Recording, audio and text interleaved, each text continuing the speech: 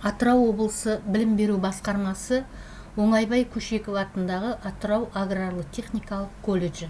Авторы Бұлбұл Саркевна Тұрақбаева, лауазымы қазақ тілі мен әдебиеті пәнінің оқытушысы, модульдің атауы мемлекеттік тілде іс қағаздарын құрастыру, пән атауы мемлекеттік тілде іс қағаздарын жүргізу. Сабақтың тақырыбы құжаттарды топтастыру. Сабағымыздың бүгінгі тақырыбы бірінші бөлім құжаттау рөлі мен әдісі. Бірінші бөлімнің екінші тақырыбы құжаттарды топтастыру. Сабақтың мақсаты құжаттарды жалпы және жеке белгілері бойынша мақсаты мен мазмұны, жасалған орны мен жасалу сатысына, қызметіне, формасына қарай топтастыру, жіктеу туралы білім мен білік дағдыларын қалыптастыру.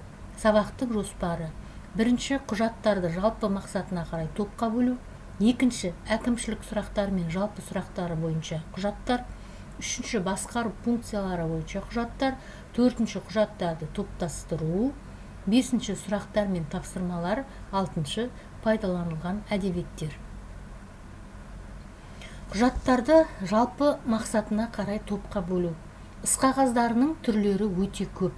Олардың негізгі түрлерін мақсаты мен мазмұнына, жасалған орнына, жасалу сатысына, қызметіне, формасы мен тағы басқа ерекшеліктеріне қарап топтастыруға болады.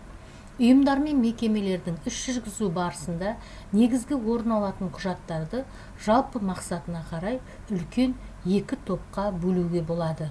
Бірінші, бұл әкімшілік сұрақтары мен жалпы сұрақтар бойынша құжаттар. Екінші, ол басқару функциялары бойынша құжаттар.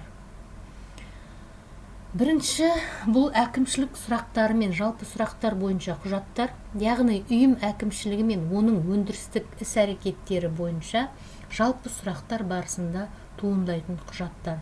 Бұл құжаттар ұйымның барлық құрылымдық бөлімше қызметкерлері құрастыра алатын құжаттарға жатады. Екінші, бұл басқару функциялары бойынша құжаттар. Бұл құжаттар қаржы, бухгалтерлік, жоспарлау бөлімі және тағы басқа функционалды бөлімшелер қызметкерлері құрастыра алатын құжаттарға жатады. Құжаттарды топтастыру, оларды ұқсастықтары мен айырмашылықтары бойынша бөлу болып табылады. Құжаттарды жалпы және жеке белгілері бойынша топтарға бөлуге болады. Құжаттар төмендегі белгілері бойынша жіктеледі. Бірінші, белгілеу тәсіліне қарай жазба, графикалық, акустикалық болып бөлінеді. Екінші, мазмұнына қарай ұйымдық өкімдік, қаржы есеп, жабдықтау өткізу болып бөлінеді. Үшінші, атауына қарай көптеген жанрларға бөлінеді. Өтініш, бұйрық, хаттама, тағы басқа. Төртінші, түріне қарай типтік, үлгілік, жекелік, қалыпты, жалпыға бірдей болып бөлінеді. Бесінші, толтыру орнына қарай ішкі және сыртқы құжаттар болып бөлінеді. Алтыншы, орындалу мерзімі бойынша жедел және жедел емес құжаттар болып бөлінеді. Жетінші, шығу тегіне қарай қызметтік және ресми жекелік құжаттар болып бөлінеді. Сегізінші, жариялылық дәрежесіне қарай қарапайым, күнделікті қызметте қолдану, құпия құжаттар болып бөлінеді. Тоғызыншы, заңдылық күшіне қарай шын және жалған құжаттар болып бөлінеді. Оныншы, жасалу сатысына қарай түпнұсқа, көшірме құжаттар болып бөлінеді.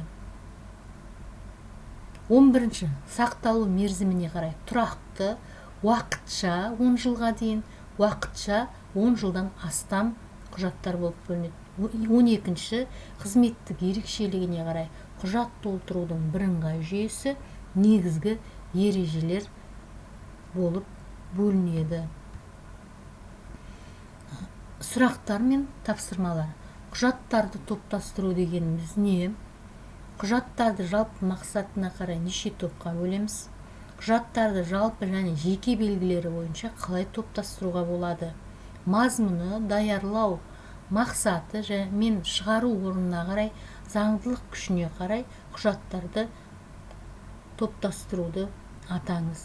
Бұл сұрақтарға жауап беру үшін жоғарыда айтылған дәріс материалдарымен қосымша пайдаланылатын әдебиеттер тізімін беріп отырмын. Назар қойып тыңдағандарыңызға рахмет.